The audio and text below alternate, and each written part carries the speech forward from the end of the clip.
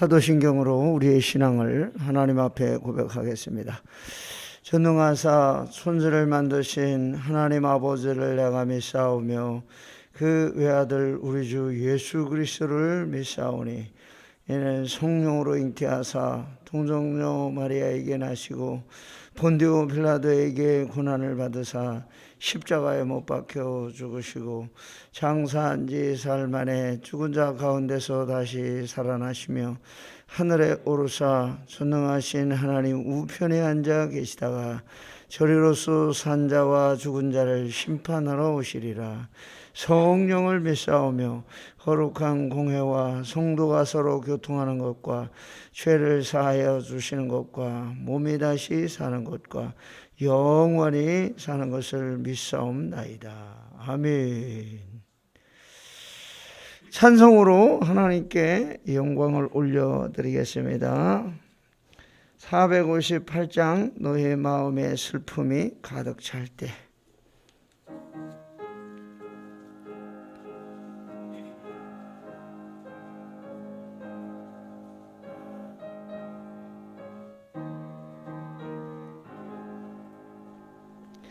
너의 마음에 슬픔이 가득할 때 주가 위로해 주시리라.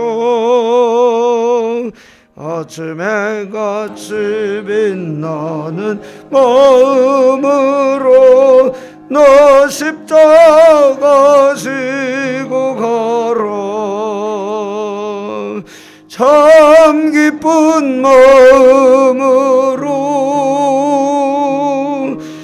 십자가 지고 가라. 내가 기쁘게 십자가 지고 가면 슬픈 마음이 위로받네. 때를 따라서 주신 은혜로서 가란 심령의 힘을 얻고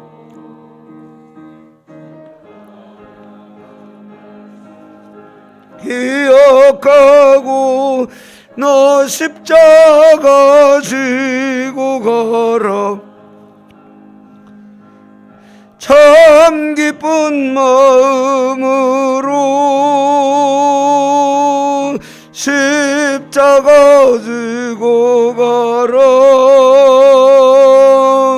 내가 십자가 지고 가면 슬픈 마음이 위로받네.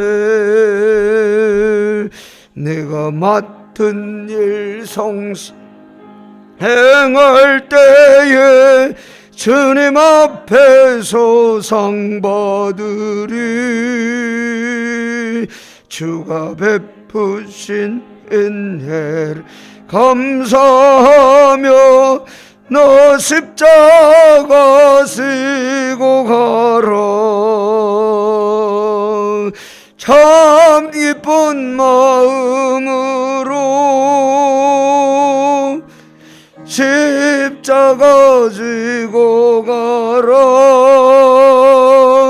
내가 기쁘게 십자가 지고 가면 슬픈 마음이 위로받네. 아멘. 할렐루야. 참 좋으신 하나님 아버지, 지나간 밤도 주의 품에 저희들을 편안하게 단잠자게 하여 주시고 오늘 이 새벽 제단에 나와 엎드려 기도함으로 오늘 하루를 지켜주시니 감사를 드립니다. 촉촉하게 가을비를 내려주시니 감사를 드립니다. 하나님께서 저희들에게 성령의 단비를 내려주셔서 우리 영혼이 날마다 기뻐하며 하나님을 찬양하며 살아갈 수 있도록 은혜 위에 은혜를 더하여 주시옵소서.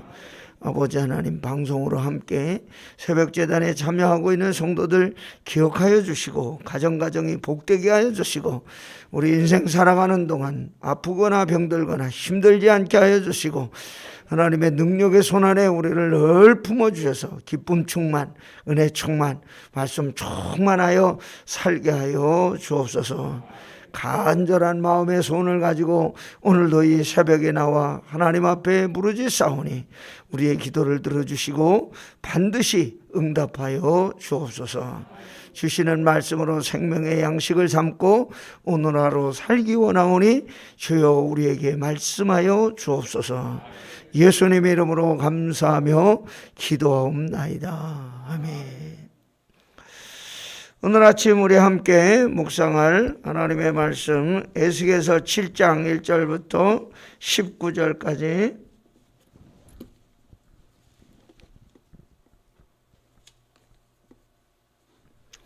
구약성경 1157쪽에 있습니다. 에스겔서 7장 1절부터 19절 한 절씩 교독하도록 하겠습니다. 에스겔서 7장 1절 또 여호와의 말씀이 내게 임하여 이르시되 너 인자야, 주 여호와께서 이스라엘 땅에 관하여 이같이 말씀하셨느니라. 끝났도다. 이 땅 사방의 일이 끝났도다. 이제는 내게 끝이 이르렀나니 내가 내 진노를 내게 나타내어 내 행위를 심판하고 내 모든 가증한 일을 보응하리라. 내가 너를 불쌍히 여기지 아니하며 긍휼히 여기지도 아니하고 내 행위대로 너를 벌하여 내 가증한 일이 너희 중에 나타나게 하리니 내가 여호와인 줄을 너희가 알리라. 주 여호와께서 이같이 이르시되 재앙이로다. 비상한 재앙이로다. 볼지어다. 그것이 왔도다. 끝이 왔도다. 끝이 왔도다. 끝이 너희에게 왔도다. 볼지어다. 그것이 왔도다. 이 땅 주민아, 정한 재앙이 네게 임하도다. 때가 이르렀고 날이 가까웠으니 요란한 날이요 산에서 즐거이 부르는 날이 아니로다. 이제 내가 속히 분을 내게 쏟고 내 진노를 내게 이루어서 내 행위대로 너를 심판하여 내 모든 가증한 일을 내게 보응하되 내가 너를 불쌍히 여기지 아니하며 긍휼히 여기지도 아니하고 네 행위대로 너를 벌하여 너의 가증한 일이 너희 중에 나타나게 하리니 나 여호와가 때리는 이임을 네가 알리라. 볼지어다. 그날이로다. 볼지어다. 임박하도다. 정한 재앙이 이르렀으니 몽둥이가 꽃이 피며 교만이 싹이 났도다. 포악이 일어나서 죄악의 몽둥이가 되었은즉 그들도 그 무리도 그 재물도 하나도 남지 아니하며 그 중에 아름다운 것도 없어지리로다. 때가 이르렀고 날이 가까웠으니 사는 자도 기뻐하지 말고 파는 자도 근심하지 말 것은 진노가 그 모든 무리에게 임함이로다. 파는 자가 살아있다 할지라도 다시 돌아가서 그 판 것을 얻지 못하리니 이는 묵시가 그 모든 무리에게 돌아오지 아니하고 사람이 그 죄악으로 말미암아 자기 목숨을 유지할 수 없으리라 하였음이로다. 그들이 나팔을 불어 온갖 것을 준비하였을지라도 전쟁에 나갈 사람이 없나니 이는 내 진노가 그 모든 무리에게 이르렀음이라. 밖에는 칼이 있고 안에는 전염병과 기근이 있어서 밭에 있는 자는 칼에 죽을 것이요 성읍에 있는 자는 기근과 전염병에 망할 것이며 도망하는 자는 산 위로 피하여 다 각기 자기 죄악 때문에 골짜기의 비둘기들처럼 슬피 울 것이며 모든 손은 피곤하고 모든 무릎은 물과 같이 약할 것이라. 그들이 굵은 배로 허리를 묶을 것이요 두려움이 그들을 덮을 것이요 모든 얼굴에는 수치가 있고 모든 머리는 대머리가 될 것이며 다 같이 읽겠습니다. 그들이 그 은을 거리에 던지며 그 금을 우물같이 여기리니 이는 여호와 내가 진노를 내리는 날에 그들의 은과 금이 능히 그들을 건지지 못하며 능히 그 심령을 족하게 하거나 그 창자를 채우지 못하고 오직 죄악의 걸림돌이 됨이로다. 아멘. 하나님의 크신 은혜와 사랑과 복수심이 오늘도 새벽의 자리, 기도의 자리, 은혜의 자리에 나오신 사랑하는 성도들 머리 위에, 그리고 방송으로 함께 새벽자단에 참여하고 있는 성도들 가정 위에 늘 함께 하시기를 주의 이름으로 축원합니다. 6장에서는 남은 자의 구원을 언급하면서도 오늘 7장에 와서 에스겔은 가증한 우상을 숭배한 이 유다 백성들의 멸망과 파멸을 일관되게 선포하고 있습니다. 하나님은 자비로우시고 사랑이 많으시고 노하기를 더디하시는 분이시지만 그와 동시에 회개하지 않는 죄인들에게는 반드시 심판하시는 공의의 하나님이시다라고 하는 사실을 오늘 7장에서는 말씀하고 있습니다. 그렇기 때문에 하나님에 따라 살기를 소원하는 우리 성도들은 하나님의 성품을 오해하지 말고 기회가 주어졌을 때 우리 자신을 겸손하게 엎드려 죄를 회개하고 하나님의 징계와 심판에서 벗어나야 한다는 사실을 7장은 가르쳐 주고 있습니다. 오늘 말씀을 통해서 저와 여러분에게 주시는 생명의 양식은 무엇일까요? 첫째로 하나님의 심판의 목적은 멸망시키는 것이 목적이 아니고 회복시켜 주시고 소망을 주시기 위한 것이랍니다. 2절과 3절 말씀, 끝났도다. 이 땅 사방의 일이 끝났도다. 이제는 내가 끝이 일어났나니 내가 내 진노를 내게 나타내어 내 행위를 심판하고 내 가증한 일을 보응하리라. 에스겔은 끝났도다 라는 말을 연속해서 3번 말하면서 유다를 향한 심판이 더 이상 미뤄지지 아니하고 앞으로 곧 이루어질 것을 예고하고 있습니다. 선지자들을 통하여 하나님은 이스라엘의 심판을 여러 번 경고하였습니다. 그러나 이스라엘 백성들이 눈앞에 있는 이익에 눈이 어두워 자기들 눈앞에 보이는 우상을 섬기고 앞으로 다가오는 고난과 근심은 생각하지 아니하였습니다. 우상 숭배 그리고 죄악으로 달려가는 이 모습을 하나님은 안타까워하고 있습니다. 그래서 에스겔 선지자는 오늘 7장에서 이스라엘의 범죄가 끊어지지 않고 계속될 경우 반드시 끝날 때가 올 것이다. 그래서 오늘 2절과 3절에 끝났도다 이렇게 이스라엘 백성들의 죄에 대해서 지적하고 있는 것입니다. 죄의 끝에 이르게 되는 날, 이제는 더 이상 모든 죄인들이 하나님의 긍휼을 얻지 못하게 될 것이라. 하나님이 아무리 노하기를 더디하시고 자비로우시고 사랑이 많으시고 기다려주시는 하나님이시지만 죄악으로 끝까지 달려가면 더 이상 하나님의 긍휼을 얻지 못한다는 것입니다. 하나님의 긍휼하심을 우리도 생각하면서 오늘 하루 하나님 앞에 가까이 나와 엎드려 기도하면서 믿음으로 살아가는 저와 여러분 되시기를 간절히 소원합니다. 두 번째, 하나님의 심판은 인생의 가까운 곳에 있다는 사실을 깨닫고 신실하게 책임을 다하며 살아가는 성도들이 되게 하려는 것입니다. 심판에 가까이 있다는 것을 강조하기 위해서 하나님께서 에스겔에게 다시 말씀하십니다. 끝이 왔도다. 끝이 너에게 왔도다. 이 땅 주민아, 정한 재앙이 네게 임하도다. 때가 이르렀고 날이 가까웠으니 고단한 날이요 산에서 즐거이 부르는 날이 아니로다. 재앙을 내리는 날, 하나님의 날이 다가오면 슬픔과 고통의 소리가 퍼지게 되는 고난의 2년 동안 바벨론이 예루살렘을 포위하고 아무도 출입하지 못하게 하고 고사작전, 성 안에 가다 놓고 더 이상 움직이지 못하게 하는 그런 작전 아닙니까? 백성들은 포로로 잡혀가고 재물은 다 몰수되고 더 이상 땅을 차지할 수도 없고 여호와의 희년, 이스라엘 백성들은 희년 50년, 70년이 돌아오면 그 땅을 다시 소작하는 사람에게 돌려주는 그런 전통이 있었는데, 더 이상 희년이 돌아와도 토지를 물려줄 수가 없고 하나님을 따라 가지 아니한 결과로 포로로 잡혀가는 그런 어려움을 당하게 되었다고 하는 것입니다. 이 모든 일이 왜 일어난 걸까? 하나님을 떠난 결과로 일어난 것입니다. 하나님을 떠난 인생은 더 이상 하나님의 은혜를 기대할 수가 없는 것입니다.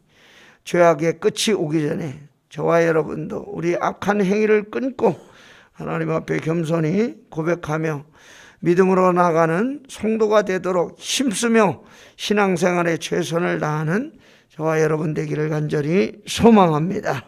세 번째, 성소를 모독하는 백성들에게 하나님은 그 행한 대로 갚아주신다. 24절, 내가 극히 악한 이방인을 데려와서 그들이 그 집들을 점령하게 하리니 그들의 성소가 더럽힘을 당하리라.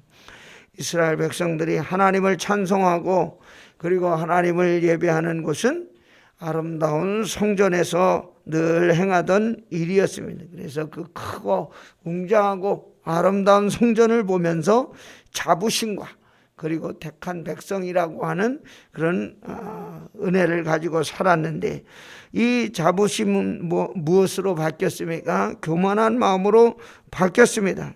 예루살렘 하나님이 함께 하시는 성전이 있기 때문에 절대로 멸망하지 않는다. 이 성전은 절대로 무너지지 않는다. 왜냐하면 하나님이 계신 집이니까 하나님이 반드시 우리를 지켜주신다. 그런 성전 신학을 만들어냈습니다.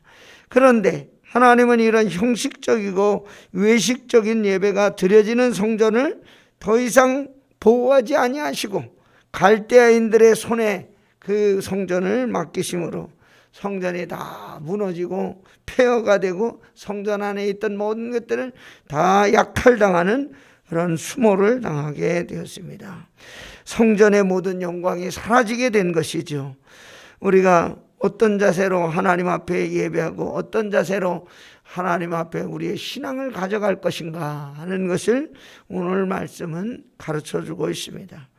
우리가 사는 지금의 세상은 세속의 조류가, 세상의 문화가 성도들의 삶 속에 깊숙이 밀려 들어와서 우리가 그것을 떨쳐버리고 살으려고 하여도 너무 쉽게 이 세상의 문화와 물질 중심의 문화, 퇴폐 중심의 문화가 우리를 신앙생활 하는데 힘들게 하고 있습니다. 이 같은 현상을 하나님이 다시 오실 때 반드시 그 행위대로 판단하시게 된다는 것이지요. 결코 그 심판을 피할 수가 없다는 것입니다.